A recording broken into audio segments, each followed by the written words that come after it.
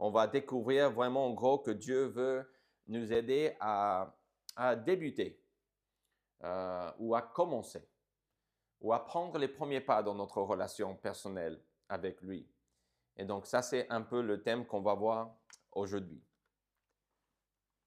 Premier pas avec Dieu. On voit dans Exode 16 à 20, si on veut se situer dans le contexte ou l'histoire de la Bible, le peuple de Dieu existe. Ils vont aller en Égypte à la fin du livre de la Genèse. Excusez-moi. Et après, ils vont être en captivité. Dieu va les délivrer. Et ici, dans les chapitres 16 à 20, on est vraiment à 2 mois et demi, 3 mois de leur délivrance de l'Égypte. Donc, c'est-à-dire que cela fait, selon le chapitre que nous lisons, on a 2 fois qu'on parle de cette idée, mais on est à 2-3 mois de cette délivrance de l'Égypte, de ce qu'on appelle l'exode. Exode pour dire la sortie des enfants d'Israël de l'Égypte. Donc, si vous voulez, je vais résumer, et si vous ne voulez pas, je vais résumer quand même, les chapitres qu'on a ici devant nous. Donc, j'ai regroupé les chapitres. Au lieu de faire par chapitre, je vais juste faire rapidement les différents, ce qu'on appelle parties, ou c'est pas des paragraphes toujours, mais les différentes parties qui vont ensemble. Donc, s'il y a 20 versets qui vont ensemble, qui parlent de la même chose, je les ai mis ensemble. Donc, Exode 16, plus ou moins tout ça va ensemble. C'est Dieu qui apprend au peuple, donc au peuple d'Israël, les Hébreux, les Juifs, etc. C'est des synonymes. Mais c'est ce peuple râleur. On voit qu'ils murmurent. Et c'est pas pour dire qu'ils chuchotent. C'est pour dire qu'ils sont en train de se plaindre devant Dieu. Donc, Dieu va apprendre à ce peuple à se confier en lui quand ce peuple dit qu'il a faim. Mais pourquoi est-ce que tu nous as amenés ici dans le désert pour mourir? On avait tout ce qu'il nous fallait en esclavage. Ça, c'est quand même grave comme chose qui reproche à Dieu. Il préférait l'esclavage que ce que lui, il leur proposait. C'est un peuple râleur, un peuple qui refuse de voir que Dieu est bon. Dans Exode 17, la première partie, versets 1 à 7, Dieu apprend au peuple râleur à se confier, toujours le peuple râleur, parce qu'ils font la même chose que dans le chapitre précédent. C'est le même peuple, mais ici, il leur apprend à se confier en lui quand ils ont soif. Maintenant, ils vont dire, on a soif, on veut de l'eau. Tu nous as amenés ici pour mourir de soif. Et Dieu va intervenir et Dieu va pourvoir à leurs besoins. Mais qu'est-ce que Dieu faisait depuis 2 mois et demi, 3 mois? Il prenait soin d'eux. Il les guidait, il les montrait le chemin. Ils avaient de la nourriture, ils avaient de l'eau à boire, etc. Mais ils ne font que se plaindre. En fait, c'est des gens, vous connaissez des gens comme ça, et on est parfois comme ça. On ne peut rien faire pour qu'ils soient contents. Cette semaine, avec un de mes enfants, j'ai proposé quelque chose et puis j'ai réalisé que je n'avais pas le droit de proposer cette chose, sûrement un bonbon, quelque chose comme ça, et maman avait déjà dit non. Alors là, quand vous lancez dans une promesse comme ça et puis que vous devez revenir en arrière, vous pouvez promettre tout ce que vous voulez. Je te donne mon lit, tu peux sauter dessus. Je te donne ma voiture, tu peux l'écraser contre l'arbre. Tu peux, non, je veux ça, je veux ça. Le peuple de Dieu ici est un peu comme ça. À la fin d'Exode 17, Dieu défend Israël et c'est là, on ne parle pas du peuple. Ils sont délivrés d'Amalek qui veut s'attaquer. En fait, il faut comprendre, le peuple est très vulnérable. Dieu a fait tout ce qu'il a fait en Égypte. C'était pas le peuple. Ils n'ont pas les moyens, on va dire, de faire quoi que ce soit. Ils ne sont pas encore organisés comme nation, comme peuple. Ils sont très vulnérables. Et pendant ce moment-là, Amalek, donc un roi qui représente un peuple, va s'attaquer à Israël pour les détruire. Et Dieu dit que ceci ne lui a pas plu du tout. Donc, il déclare la guerre contre ce peuple jusqu'à leur anéantissement. Donc, Dieu va défendre le peuple de Dieu. C'est pas eux qui s'attaquent à qui que ce soit. Ils sont tout simplement en train de se défendre et Dieu intervient pour faire cela. Donc Dieu protège son peuple ici. Pourtant, ils vont continuer à râler. C'est comme ça. Donc, dans le Exode 18, la première partie, Dieu apprend, je pense, il apprend à Moïse ici la valeur de la famille. Parce qu'on n'a pas tous les détails, on va revenir sur cette idée, mais sa femme, Séphora, et ses 2 enfants étaient avec lui quand il est parti pour l'Égypte, donc presque 3 mois avant, 3 mois, plusieurs mois avant quand il se déplaçait pour dire à Pharaon, « Laisse aller mon peuple ». Dieu dit « Laisse aller mon peuple ». Et donc tout ça, elle était avec Moïse au début de ce voyage, mais elle est renvoyée. On le voit dans ce texte, en fait, parce que on ne sait pas pourquoi, mais elle ne veut plus être là, ou Moïse ne voulait plus qu'elle... La Bible ne dit pas, donc vous pouvez remplir les blancs comme vous voulez, c'est vous qui voyez, mais on voit qu'elle est renvoyée, mais elle revient ici, avec le beau-père, ou son papa, ou le beau-père de Moïse, et donc Dieu semble restaurer son mariage, et c'est une leçon pour que Moïse apprenne. Ta famille est importante, mon ami. Donc, si tu vas travailler avec moi, si tu vas marcher avec moi, il faut que tu sois uni avec ta famille.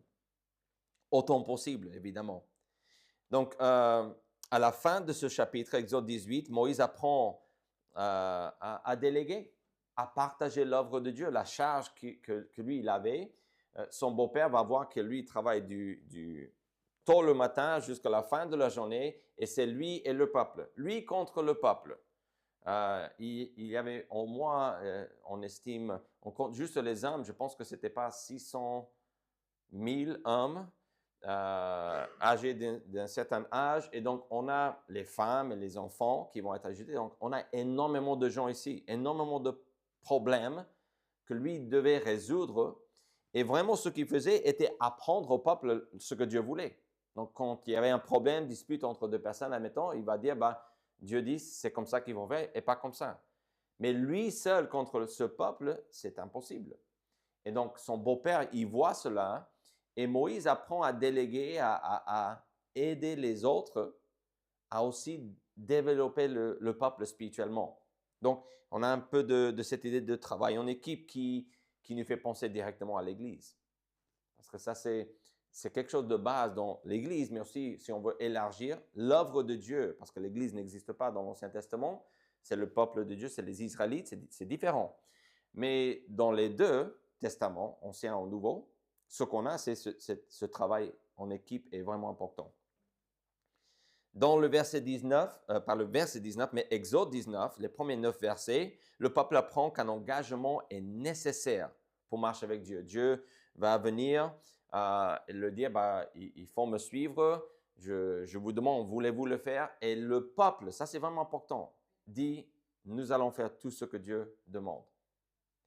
Il faut comprendre que le vocabulaire et le contexte d'Exode 19 et 20 est un contexte d'une alliance. Donc, quand vous vous mariez ou vous signez pour l'achat d'une maison, ou il y a beaucoup d'autres formalités qu'on peut dire aussi, mais dans ces cas-là, vous êtes en train de vous engager. Même quand vous prenez un abonnement pour un téléphone, vous vous engagez à payer la somme mensuellement ou autre, selon l'engagement ou l'alliance. Et donc, ici, le peuple comprend ce que Dieu demande et ils disent oui. Ça, c'est important pour comprendre parce que Dieu va insister, va, entre guillemets, obliger le peuple à tenir bon sa promesse. Et lui aussi, en même temps, il dit, je tiendrai bon aussi, je vais faire ce que j'ai dit, je vais vous bénir, vous pouvez marcher avec moi, mais je vous demande un engagement. Donc là, on a cet engagement. Alors, bien sûr qu'ils vont apprendre que c'est plus facile de dire que de faire, n'est-ce pas? Comme nous. Ah oui, pas de problème, je fais ça. Et puis on réalise en faisant que, vache, je n'aurais pas dû dire que je peux faire ça parce que ce n'est pas possible. L'autre jour, j'ai voulu passer un câble par un petit tuyau pour raccorder la terre quelque part. Si c'était possible, c'était déjà comme ça, c'est pas ma maison, j'ai voulu ajouter un petit peu. On m'a prêté une aiguille ou passe-câble, quelque chose comme ça. Il m'a dit, écoute, si au bout de 15 minutes, il m'a dit, même au bout de 10 minutes, si tu n'arrives pas, abandonne. Parce que le tuyau va être écrasé, c'est une vieille maison. J'arrive et même pas 3 cm. Et donc, moi, j'ai dit, je vais faire passer ce câble. C'était facile. Mais le faire passer, une autre histoire. Ici, le peuple est dans la même misère. OK? Ça, c'est la réalité de la vie. Mais le peuple apprend que Dieu est saint. Ça, c'est à la fin de chapitre 19. Complètement mis à part. La sainteté de Dieu veut dire qu'il est, on peut l'expliquer comme mis à part. C'est-à-dire qu'il n'est pas comme l'homme pécheur. Il est pur, il n'a pas de péché, ça c'est vrai, mais on a aussi l'image de sainteté ou sanctifier quelque chose, ça veut dire qu'on va dédier, consacrer, mettre à part. Donc on peut sanctifier Dieu dans le sens de le mettre à part, de dire que ton nom soit sanctifié ne veut pas dire qu'on va augmenter la pureté de Dieu. Il y a double sens à cette idée de sanctifier ou d'être saint.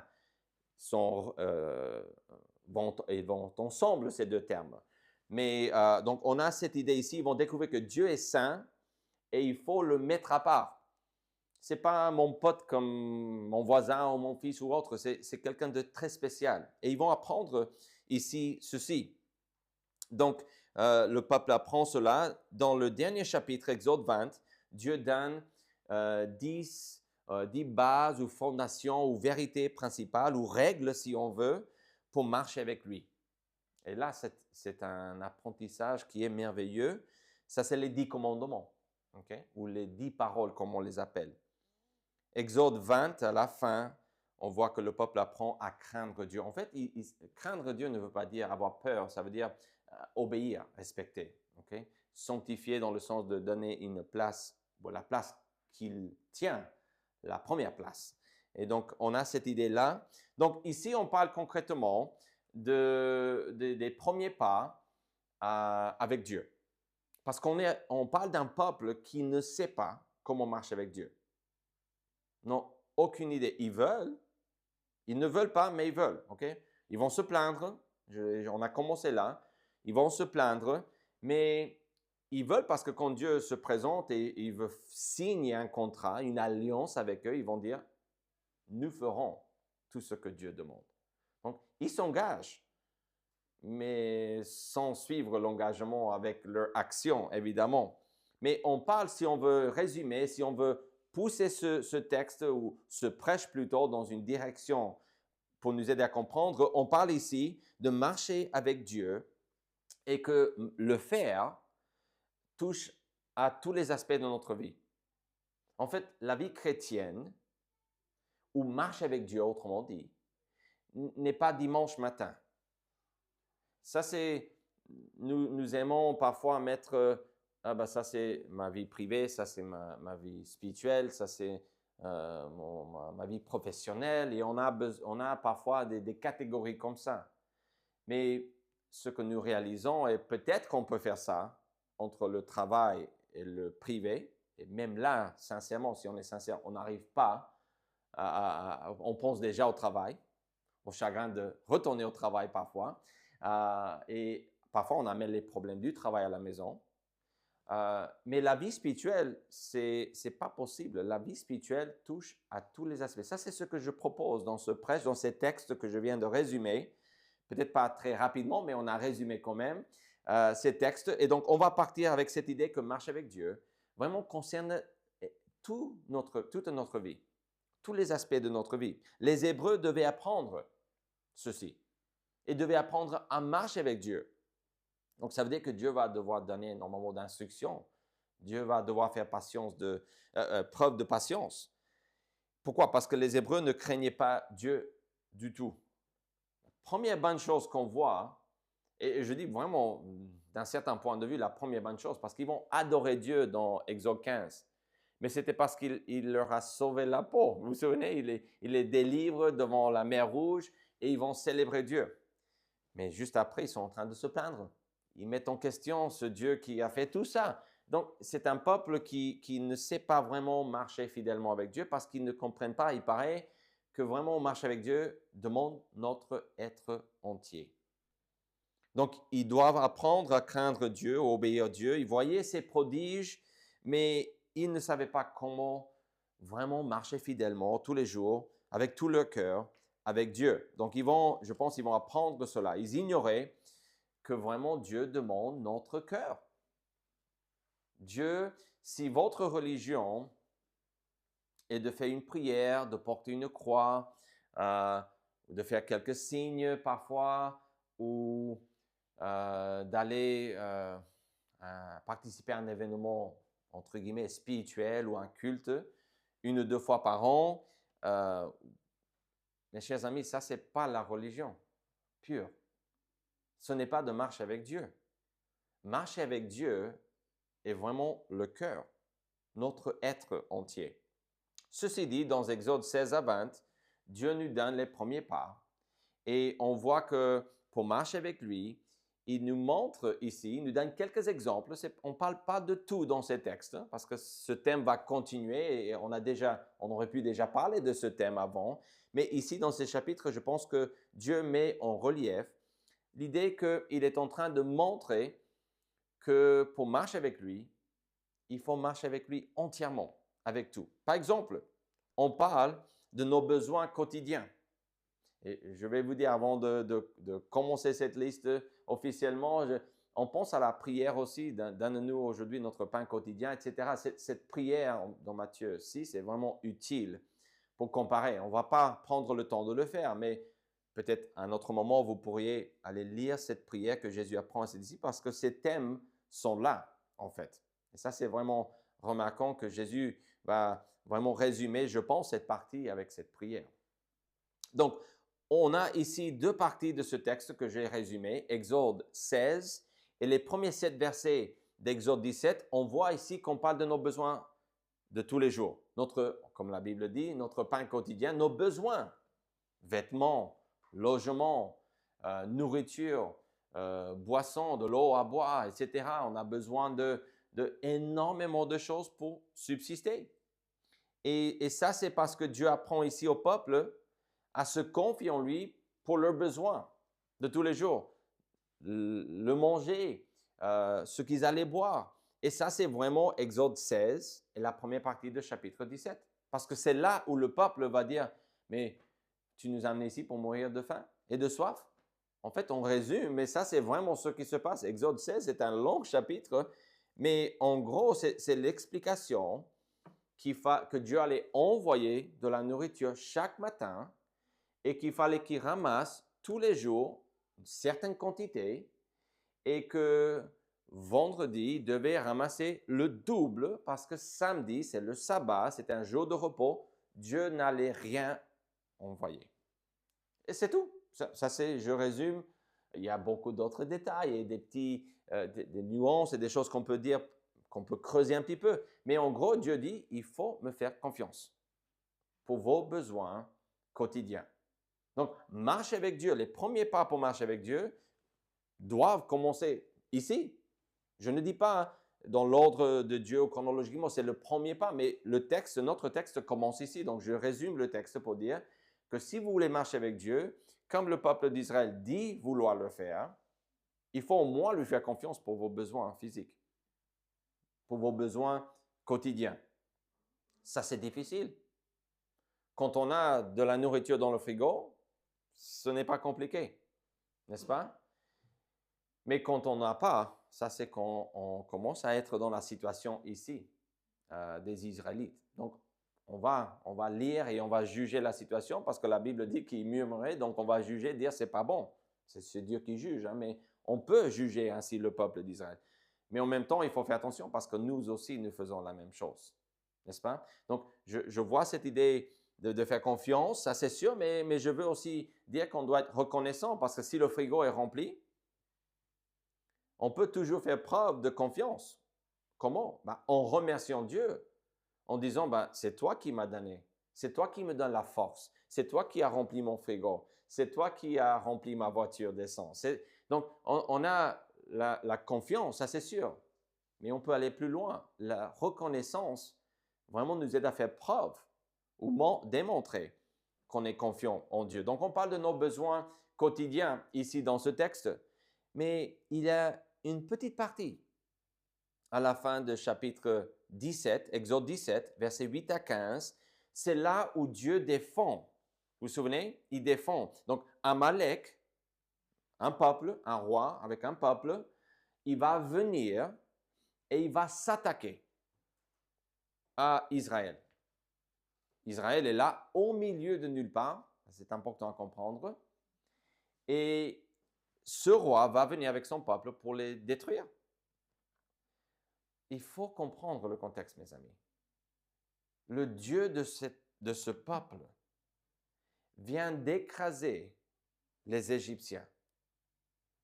Les Égyptiens sont le pays, le peuple le plus grand et puissant à l'époque.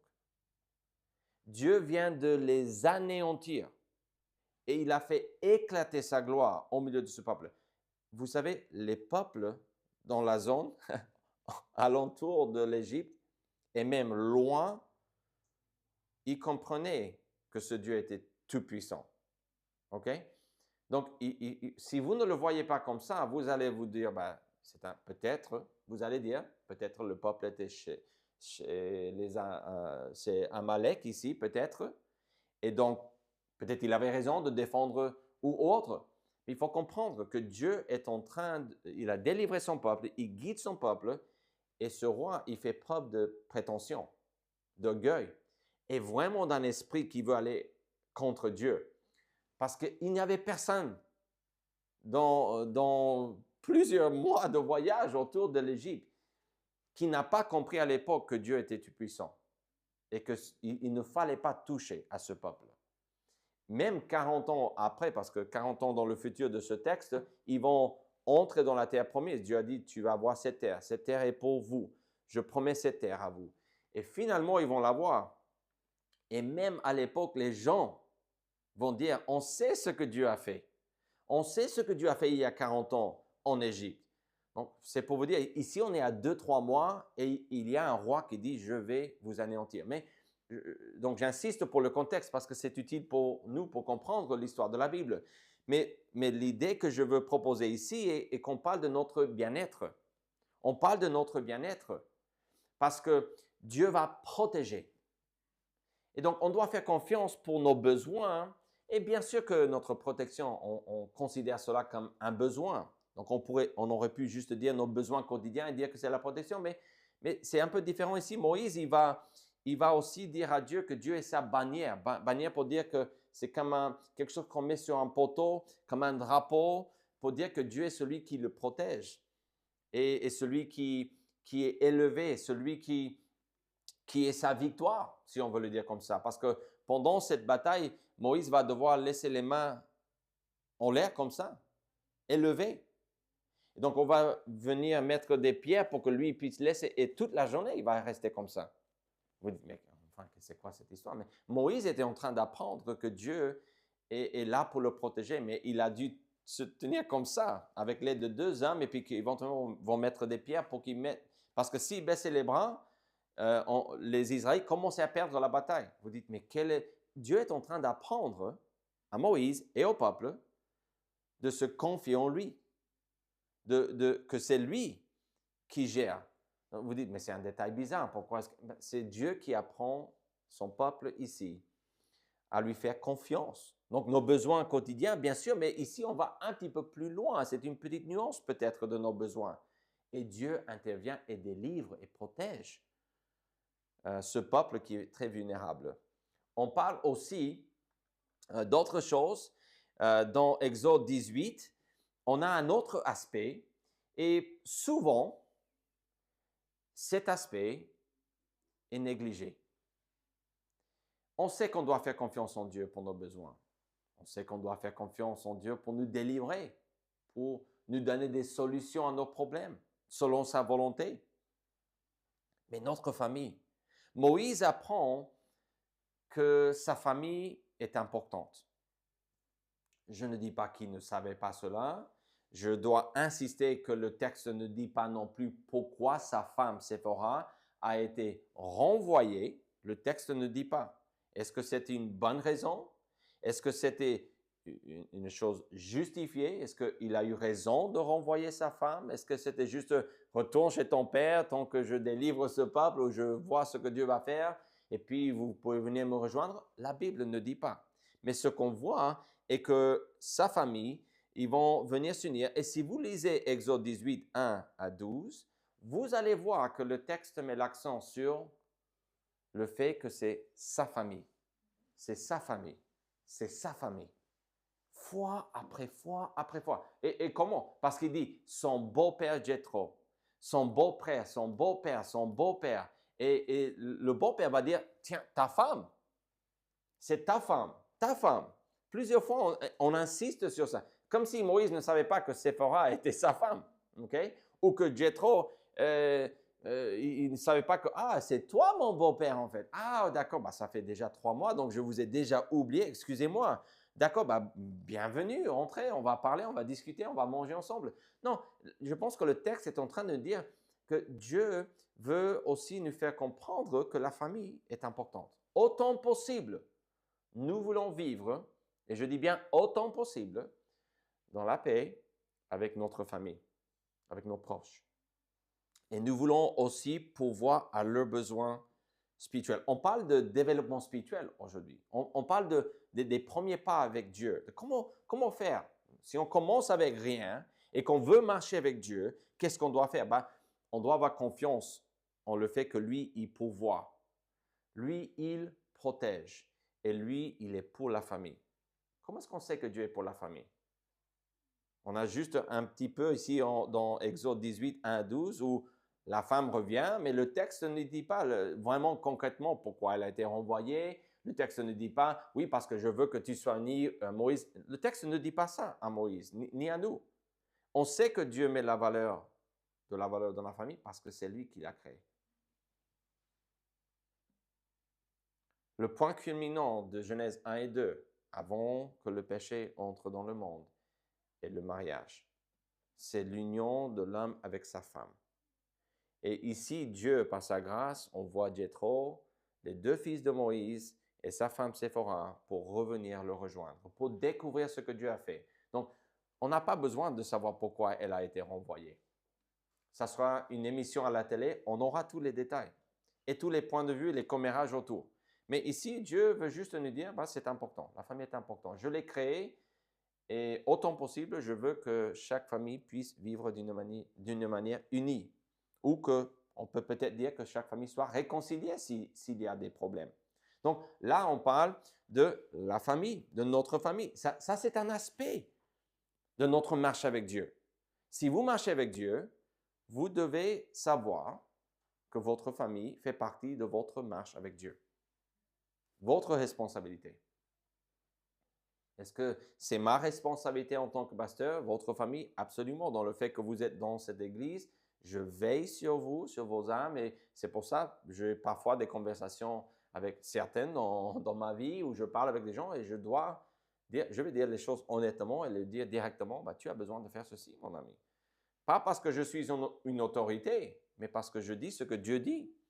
Et aujourd'hui, quand je vous dis que la famille a de la valeur, il faut le savoir. Et ça, c'est quelque chose qui est attaché à votre marche avec Dieu. Donc, votre famille est vraiment importante aux yeux de Dieu. Ce qui est clair ici est que Dieu veut que notre famille soit unie. Et il voudrait que en tant que famille, qu'on travaille ensemble et qu'on avance vers les buts que lui, il a pour nous. Ça, c'est ce que nous voyons. On a 2 autres choses. Une petite chose à la fin de chapitre 18 est l'idée des autres. Notre relation avec Dieu, on a plusieurs différentes parties de ce texte qui parle de ceci, mais dans Exode 18, 13 à 27, en fait, Jéthro va voir que Moïse, il est là devant le peuple du matin jusqu'au soir. Et que c'est lui, et si ce n'est pas lui, il n'y a personne qui le fait. Jéthro a de la sagesse ici. On n'a pas un nombre de détails de cet homme. On ne sait pas si c'est quelqu'un qui croit en Dieu. Il paraît qu'il découvre qui Dieu est ici. Donc, peut-être, lui, il prend ses premiers pas vers Dieu parce qu'il découvre ce que Dieu a fait. Il va faire des sacrifices. Il va louer le Dieu comme le Dieu suprême ici. Mais avant, qu'est-ce qu'il faisait? Ben, on ne sait pas, mais il paraît qu'il ne comprenait pas. Et tout le monde dans ce contexte est un petit peu... Ils sont débutants dans la foi, dans cette démarche avec Dieu. Mais ici, les autres, parce que Moïse apprend à déléguer. C'est plus que déléguer.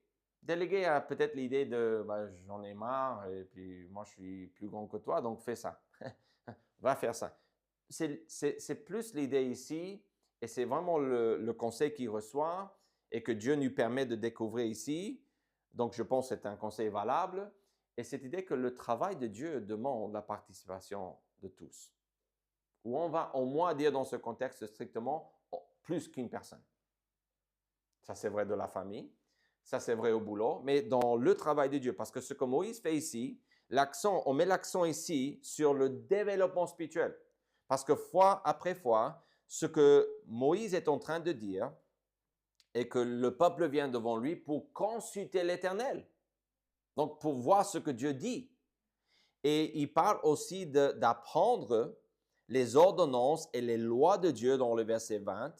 En fait, c'est ça ce qui, je pense que son beau-père lui répond. Enseigne-leur les ordonnances et les lois et fais-leur connaître le chemin qu'ils doivent suivre et ce qu'ils doivent faire. Choisis parmi tout le peuple des hommes capables, craignant Dieu, des hommes intègres, ennemis de la cupidité, établis-les sur eux comme chefs, etc. Donc, il est en train de dire, ce que tu fais, ton travail est simple, tu veux essayer d'expliquer, tu essayes d'expliquer, tu expliques la parole de Dieu au peuple. Mais pour faire cela, il te faut de l'aide. C'est 2 Timothée 2:2 qui dit ceci, ce que tu as appris de moi. Paul dit à Timothée, donc un pasteur dit à un autre pasteur, enseigne-le à d'autres hommes aussi, qui soient capables aussi de l'apprendre aux autres. Ailleurs dans les écrits du Nouveau Testament, on dit que les femmes doivent apprendre aux enfants, mais aussi aux femmes, comment marcher avec Dieu. De prendre ce que Dieu leur a donné et le partager avec les autres. Pourquoi? Parce qu'on parle des autres. Notre marche avec Dieu, on ne peut pas dire, par exemple, on fait une blague souvent dans le ministère, dans le travail de Dieu, j'aime le ministère, mais c'est les gens qui me gênent. Donc, ça veut dire que le ministère, c'est le travail avec les gens. Donc, dire qu'on aime le travail de Dieu, mais qu'on n'aime pas les gens, c'est un peu bizarre. Okay? C'est comme j'aime le boulot, mais je n'aime pas mes collègues. C'est possible ça, parce que le travail n'est pas toujours les collègues, mais on travaille avec d'autres personnes. Ici, Moïse, il travaille tout seul. Et il ne comprend pas que marcher avec Dieu n'est pas de marcher tout seul. En tout cas, ce n'est pas le but. Parfois, on marche seul. Ce n'est pas ça le point ici. C'est possible de marcher tout seul. Et on doit si on est les seuls dans certains contextes. Mais on ne doit pas s'isoler et essayer de vivre comme si c'est juste nous et pas d'autres. Et ça s'applique directement à notre assemblée, notre Église. Parce que le travail en équipe est indispensable, c'est fondamental. On parle des premiers pas ici, on ne parle pas des choses vraiment compliquées, on parle vraiment du point de départ pour marcher avec Dieu, il faut penser aux autres. On revient sur cette idée à la fin, parce que quand il donne les 10 commandements, qu'est-ce qu'il explique? Bon, on résume, on va revenir sur ceci, mais on résume les 10 commandements comment? Aimer Dieu et son prochain. En fait, tous les 10 commandements concernent soit directement notre relation avec Dieu, soit directement notre relation avec les autres. Ne pas tuer, ça concerne bien sûr Dieu, est toujours concerné. Mais l'idée de ne pas tuer n'est pas de ne pas tuer Dieu, mais de ne pas tuer son prochain. Ne pas voler ou dérober de son prochain. On peut voler de Dieu aussi, mais on a cette idée dans les 10 commandements qu'on parle de notre relation avec Dieu et les autres. Ça, c'est ce que nous appelons être d'équerre spirituellement. OK?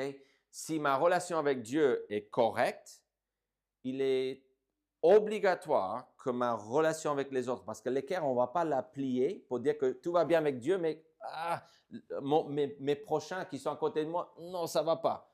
Donc, si ça ne va pas ici, ça ne va pas là-bas non plus. Ça, c'est l'argument de Dieu. Cela ne veut pas dire qu'on ne peut pas avoir des ennemis et qu'on est responsable autant possible et que cela dépend de nous. Notre relation avec Dieu doit toujours être correctement, ça c'est toujours vrai, mais autant possible avec les autres. Si les autres refusent d'être gentils, de faire la volonté de Dieu, je ne peux pas changer les gens et ce n'est pas ma place d'essayer. Okay? Mais ça, c'est ce qu'on appelle être d'équerre. Et on parle des autres, donc une partie de notre relation avec Dieu, les premiers pas, on ne doit pas oublier qu'il y a d'autres autour de nous. Qu'on parle de notre famille, ça fait partie de nos proches, ou qu'on parle tout simplement de travailler pour Dieu. On parle de cette idée que c'était une affaire de travail en équipe. Mais la dernière chose qu'on voit ici dans ce texte, on le voit dans les chapitres 19 et 20. Ici, c'est quand Dieu vient devant le peuple et il demande au peuple de s'engager. En fait, il demande au peuple de prendre une décision. Dieu dit, voilà ce que je veux être votre Dieu, je veux que vous puissiez marcher avec moi, mais qu'est-ce que vous dites? Oui ou non? Oui ou non? Parce que si ce n'est pas vous, vous allez mourir et c'est quelqu'un d'autre de vos descendants qui vont prendre la relève. Mais Dieu dit, c'est vous qui devez décider. C'est la même chose qu'il a fait en Égypte. Laisse aller mon peuple. Il a dit au Pharaon, j'aurais pu te tuer et tout ton peuple d'un coup. Mais par ma grâce, je me révèle et je te demande, fois après fois, laisse aller mon peuple. Je te donne le choix. Tu as un libre arbitre, c'est mon cadeau. Fais le bon choix. Pharaon ne fait jamais le bon choix. Ici, le peuple fait le bon choix, mais ils vont dire oui, mais ils ne vont pas faire. Éventuellement, ça va mal finir pour eux, parce que comme quand vous avez un abonnement et que vous ne payez plus l'abonnement, ça fait que vous perdez les bienfaits d'avoir l'abonnement. Et ça, c'est le contexte ici. Donc ici, on parle tout simplement de notre cœur. Si je veux résumer Exode 19 et 20, Dieu, ce qu'il veut, c'est le cœur. Il veut tout, autrement dit. Parce que Dieu promet de bénir son peuple, de laisser le peuple s'approcher de lui, de marcher avec lui, mais le peuple devait aussi s'engager. Et donc ici, le peuple apprend qu'un engagement est nécessaire. Il apprend que Dieu est saint. On parle de cette idée que Dieu est saint, complètement mis à part du mal et de l'homme pécheur.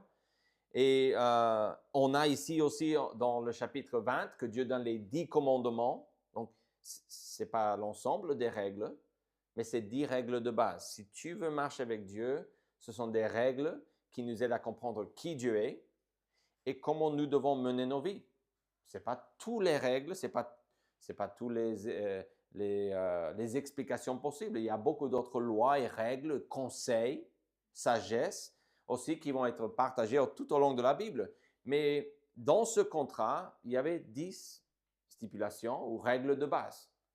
Et donc, première règle, c'est qu'il faut m'aimer, mais il faut m'adorer, il ne faut pas d'autres dieux, il faut que ce soit moi la première place, parce que ça, c'est ma place. Et après, il mentionne d'autres choses. Il parle de l'adultère, de tuer, de convoiter. Il parle de beaucoup de 10 choses au total.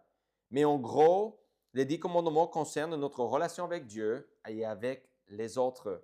Mais vraiment ici, quand Dieu, il y a une montagne ici, la montagne de Dieu, de Sinaï ou Horeb, même montagne, on change le nom selon le texte, mais c'est la montagne de Dieu, on l'appelle aussi. Dieu va descendre sur cette montagne dans une nuée avec fumée, avec feu, tremblement de terre. Et Dieu se révèle de cette manière pour que les gens comprennent qu'il est Dieu, que c'est lui le roi de l'univers. Le peuple a peur, mais ce que Dieu demande n'est pas qu'ils aient peur, mais que le peuple le craigne. Ce n'est pas la même chose, parce qu'il parle d'être effrayé dans Exode 20 et verset 20. Écoutez ce verset, c'est un verset, je pense, clé pour comprendre le contexte ici. Il dit dans le verset 20, « Ne vous effrayez pas, car c'est pour vous mettre à l'épreuve que Dieu est venu.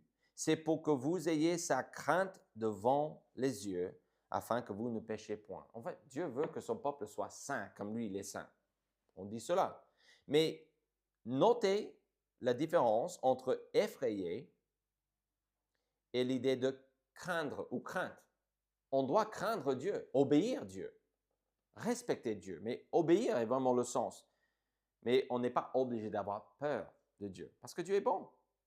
Dieu cherche notre bien, c'est lui qui pourvoit nos besoins, c'est lui qui nous protège, c'est lui qui se révèle ici pour nous dire comment faire les choses. Mais le peuple, il a peur. Et en fait, ils ne veulent plus même entendre la voix de Dieu. Ils veulent que Moïse entende et puis que Moïse transmette et c'est tout. On ne veut pas vraiment être trop proche de ce Dieu. On a peur de lui. Donc, c'est un peuple qui ne comprend pas tout à fait comment servir Dieu. Et on parle aussi à la fin d'hôtel, ils vont construire un hôtel, ils vont avoir des instructions, mais il faut comprendre que les sacrifices ici étaient vraiment l'idée de marcher avec Dieu. Parce que pour s'approcher de Dieu, il fallait faire des sacrifices. Les sacrifices ne faisaient rien en soi, c'était des symboles du sacrifice de Jésus qui allait venir s'offrir comme l'agneau qui ôte le péché du monde. Donc, il faut comprendre, si on veut résumer les sacrifices de l'Ancien Testament, c'était des images pour rappeler le peuple qu'un jour, on n'aurait pas vraiment besoin des sacrifices. Parce que Jésus allait venir mourir à notre place. Pourquoi? Pour que nous puissions nous approcher de Dieu. Donc, ici, on parle de sacrifice à la fin de verset de chapitre 20. Et c'est vraiment dans cette idée, on revient sur cette idée, qu'on parle de s'approcher de Dieu, tout simplement.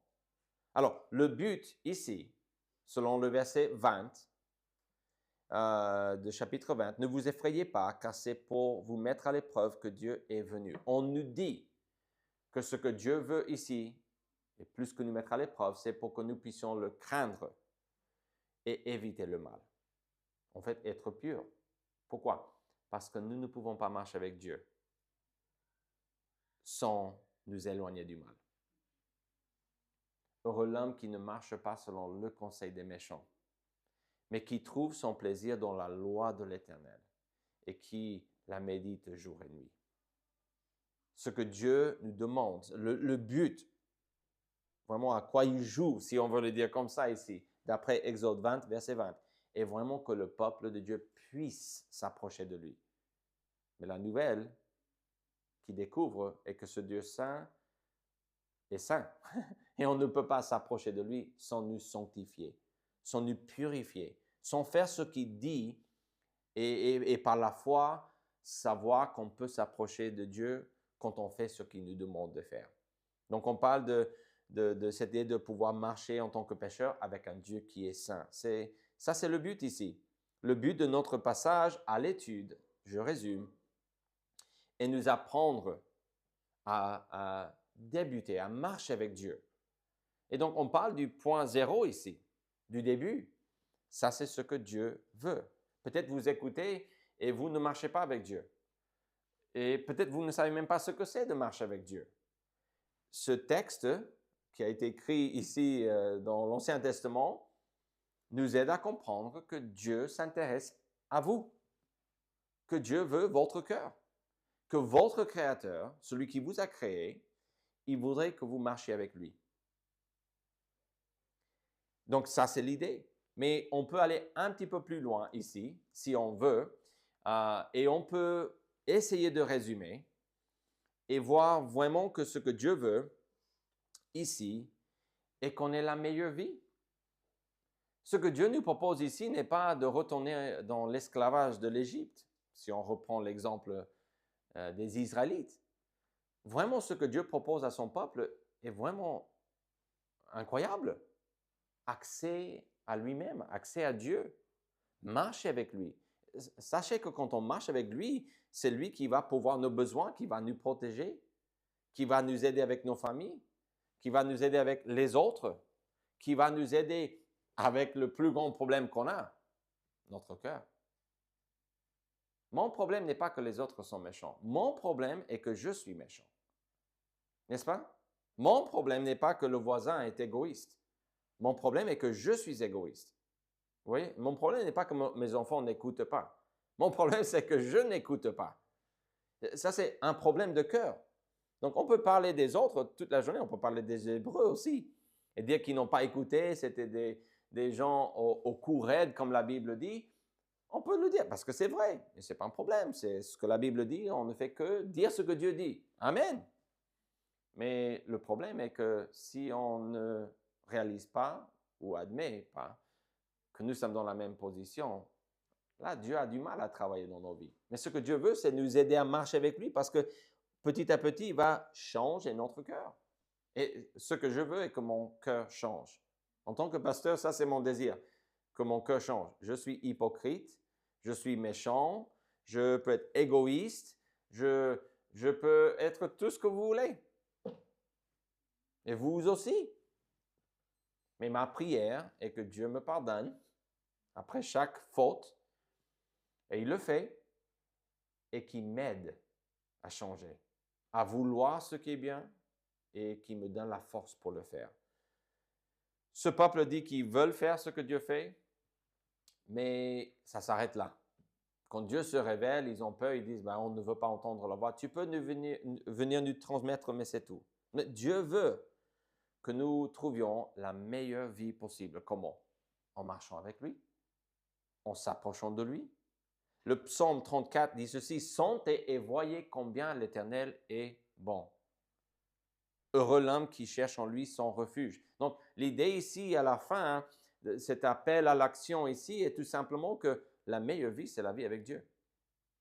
Ce que vous n'avez pas peut-être, ce qu'il vous faut, et je dis ça à chaque personne ici, chaque personne qui écoute, est une relation personnelle avec Dieu, de marcher avec Dieu, de vraiment ça c'est la meilleure vie.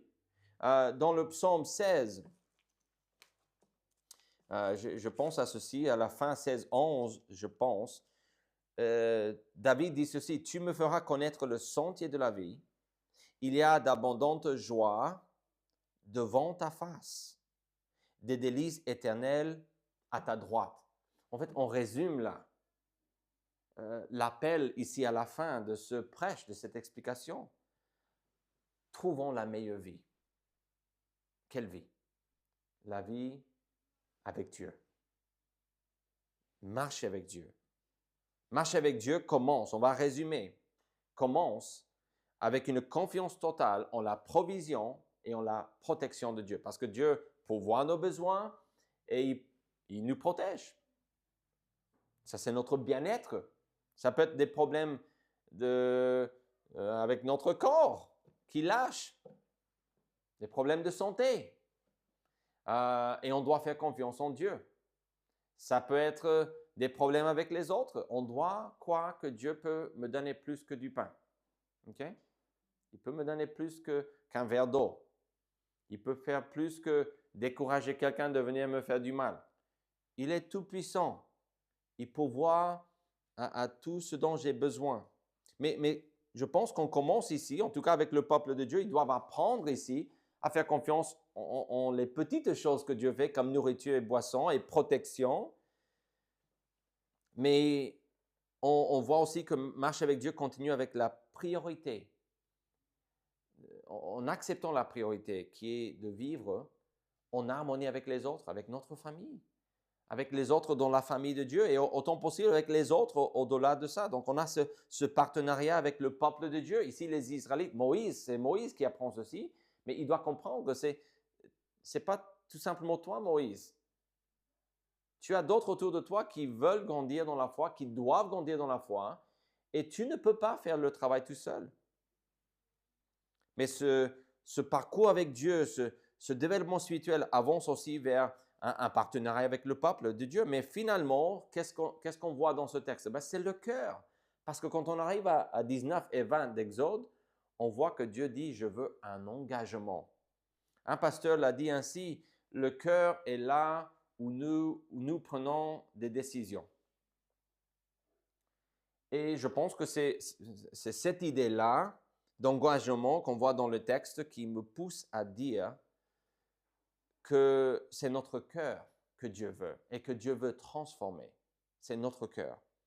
Nous apprenons que marcher avec Dieu et d'apprendre à lui faire confiance, ça c'est sûr, on peut lui remercier, mais on doit aussi l'obéir, suivre les consignes et les ordres qu'il donne, le servir, lui seul, aussi à l'aimer avec tout notre cœur, mais aussi à aimer les autres en son nom. Là, on résume ce que Dieu veut.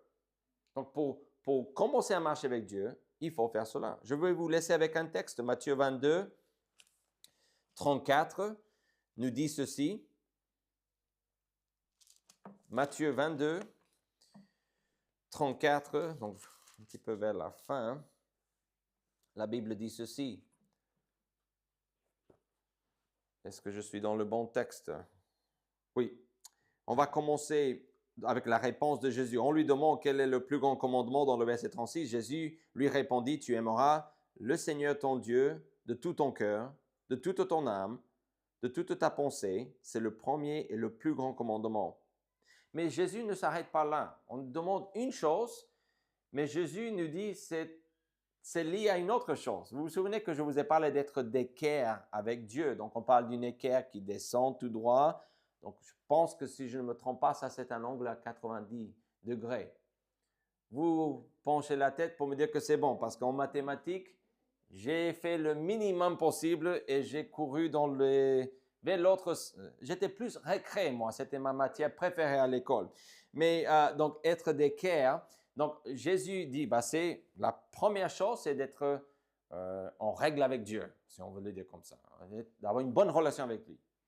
Mais il continue, et voici le second, qui lui est semblable. Donc, on ne peut pas séparer. Tu aimeras ton prochain comme toi-même.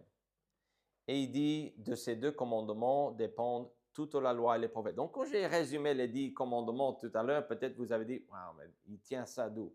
En fait, je l'ai pris de Jésus, ok? Donc, j'ai un petit peu copié la réponse. Et ça, c'est le but d'un pasteur, c'est juste de recopier ce que la parole de Dieu dit, évidemment. Mais il n'y a rien qui vient de moi en soi. Mais ça, c'est ce que Dieu veut ici. Dans votre vie, si vous voulez marcher avec Dieu, vous devez apprendre à vous confier en lui pour absolument tout. Comme Matthieu le dit, que Dieu prend soin de la nature, il prend soin des oiseaux. Et la question qu'on se demande là, est-ce que Dieu peut prendre soin de moi? Absolument. Et en fait, il ne faut pas s'inquiéter pour les choses de cette vie. Il faut y penser, il faut y prévoir. Mais ce que Dieu demande pour marcher avec lui, cette meilleure vie possible, ça commence avec la confiance en sa provision, sa protection. Et ça continue parce que ça touche l'ensemble de notre vie. Tout est concerné. Donc, dans votre vie, sachez que chaque chose que vous faites est liée à votre Dieu, est liée à votre relation avec Dieu. Donc, le travail, la famille, les voisins, nos passe-temps, les vacances. Il n'y a pas de vacances de Dieu. Il y a des vacances. Mais Dieu n'est pas une catégorie. Il est la totalité de cette vie. Et quand vous marchez avec lui, c'est entièrement ou pas. Et ça, c'est ce que Dieu veut, qu'on fasse tout avec tout notre être. Père Céleste, je prie pour que tu nous aides à répondre à cet appel de toi, Seigneur, qui nous appelle à venir vivre la meilleure vie possible. Je prie pour que tu ouvres nos yeux, pour que nous puissions voir, Seigneur, que la vie que tu nous proposes, la façon que tu veux que nous vivions, est la meilleure façon de vivre. Je prie pour que nous puissions te craindre, Seigneur.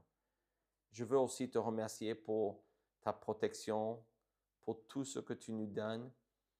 Je veux te remercier pour le fait que tu as créé la famille. Tu as créé une communauté chrétienne nommée l'Église où nous pouvons nous rassembler avec d'autres personnes comme nous et apprendre, Seigneur, à marcher avec toi. Merci que tu nous donnes des instructions pour le point de départ, Seigneur, pour que n'importe qui, même ceux qui ne te connaissent pas en ce moment, Seigneur, puissent te connaître comme sauveur personnel, puissent être sûrs d'avoir la vie éternelle grâce à ton sacrifice, Jésus. Aide-nous à marcher avec toi. Au nom de Jésus-Christ, nous prions. Amen.